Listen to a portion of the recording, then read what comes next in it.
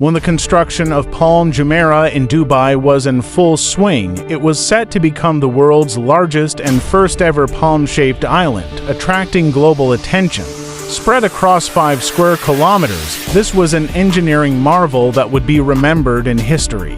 The engineers initially thought that the biggest challenge was battling ocean waves to construct the island, but their real test began after the island was fully completed. Yes, this was the year 123 when Palm Jumeirah Island was completed, and now it was time to build hotels and shopping malls on it. However, it was soon noticed that the island was gradually sinking back into the sea. If the empty island itself couldn't withstand the ocean's forces, what would happen when thousands of buildings were constructed on it? It wasn't hard to imagine the outcome. 3 years of relentless effort and billions of dollars seemed to be sinking into the water. Due to this crisis, construction on the island had to be halted, as it was not only an extremely dangerous issue but also a matter of pride for Dubai's Sheikh, whose project was being watched by the entire world. The engineering team faced an enormous challenge: how to prevent an island spread over thousands of square kilometers from sinking back into the sea. This issue had to be resolved at any cost, as it was a question of the Sheikh's reputation. Once again, in the videos, we will explore how this engineering marvel spread across 5 kilometers became one of the most ambitious mega projects in history. Palm Jumeirah is so massive that its true shape can only be seen from the sky. Incredibly, the cost of constructing this island was not 40, not 50, but a staggering 900 different forms of expenditure. This island is famous not only in Dubai but around the world for its luxurious hotels, beach clubs, and breathtaking views. Built solely from sand and stone, this island faces threats not only from ocean storms but also from earthquakes and tsunamis. Yet, for 18 years, this island city has stood firm in the Arabian Gulf, a testament to the hard work and dedication of the engineers and workers who built it. How did engineers make this impossible project a reality? What challenges did they face, and how did they find solutions? You will discover all of this in today's video. Change number 1. Since Dubai's oil reserves were depleting, the only way for the city to sustain itself was through tourism.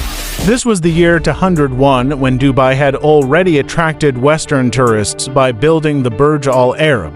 Dubai's beaches had become increasingly popular, and the situation had reached a point where the city's available coastal space was running out. Dubai's coastline was only 70 kilometers long, and it was time to expand it. The crown prince at the time, Sheikh Mohammed bin Rashid Al Maktoum, wanted to create an island in Dubai's sea to extend the coastline. He assigned a special team to design this island. Sultan Ahmed bin Sulaym was tasked with the project and initially proposed a circular island. This design would have added only 7 kilometers of additional coastline, which was insufficient. The Sheikh rejected this design because he wanted not just 7, but 70 kilometers of extra coastline. He then decided to create his own design. Initially, no design seemed suitable, but eventually, he proposed a palm tree-shaped island. Incredibly, this design added 56 kilometers to Dubai's coastline, an 80% increase over the existing coastline. The design was finalized on paper, but the real challenge was that no one had ever attempted to build an island this massive before. Change number 2.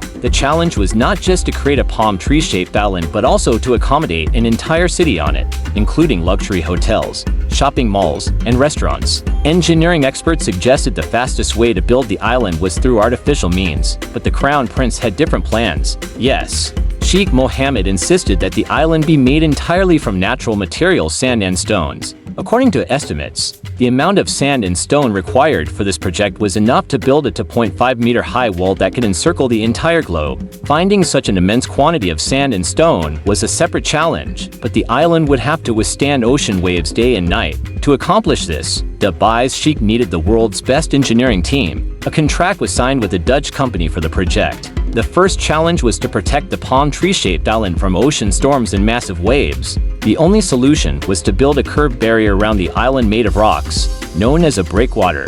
Next came the calculations to determine whether this breakwater island could be built effectively. Ocean waves, which can rise several feet high and engulf anything in their path, posed a significant threat. Calculations revealed that the entry points of the Palm Island were strategically positioned to naturally weaken incoming waves. However, the threat of storms remained, which could still endanger the island city. While the engineers were finalizing their calculations, they were suddenly hit with a major challenge. Change number 3. The problem was that Dubai's Sheikh ordered the engineers to start construction immediately instead of spending too much time on research. Normally, a mega project like this would take 15 years to complete, but the Sheikh set a strict deadline of just 5 years, 2.5 years to build the island and the remaining time to construct the buildings. This deadline sent shockwaves through the engineering team. Their research wasn't complete, yet they had to finish the entire project in just 5 years. With no time to waste, the construction of the island's protective wall, or breakwater, began in 2001 despite the risk that even a small miscalculation could lead to disaster.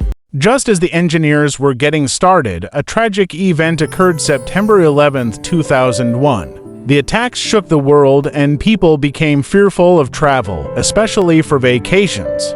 Dubai was hit particularly hard, and the future of the Palm Jumeirah project became uncertain. The engineers working on the project, 1,200 foreign experts, felt unsafe in Dubai and planned to leave. However, Dubai's Sheikh reassured them about security and ordered the continuation of the project. Change number 4. In November 2011, work on the island's outer wall resumed. However, the challenge was that before shaping the palm tree, the outer breakwater island had to be completed first. The project had two main components: the palm tree shape, which would be made entirely of sand, and the outer breakwater, which would be made of heavy stones to protect the island from ocean waves. But where would these massive stones come from? For the breakwater, 5.5 million cubic meters of stone were required, enough to build 2 pyramids of Giza. Since Dubai is mostly desert and water, acquiring such a large quantity of stone was nearly impossible. As a solution, a special team was sent to 16 different locations in the UAE to extract stone from mountains. Dynamite was used day and night to blast rocks from mountains, with each stone weighing over 6 tons. These massive rocks were transported to Dubai's coastline and then shipped to the island site using large barges. Incredibly, 40,000 tons of stone were transported daily, equivalent to the weight of 217 Boeing 747 airplanes. Day by day, the breakwater island took shape. But was it strong enough? Each rock had to be perfectly placed. If even one rock was misaligned, the entire island could collapse. Divers worked 30 meters underwater, checking each stone's position and signaling the team above. Palm Jumeirah's tree shape, built entirely from sand, required over 13 million tons of sand. The desert sand in Dubai wasn't suitable for construction, so where did all this sand come from? And when the island began sinking after completion, how did engineers solve this crisis? Find out in part 2 of this video. We hope you'll like and share this Discover TV video. Thank you for your love and comments. See you in the next exciting video.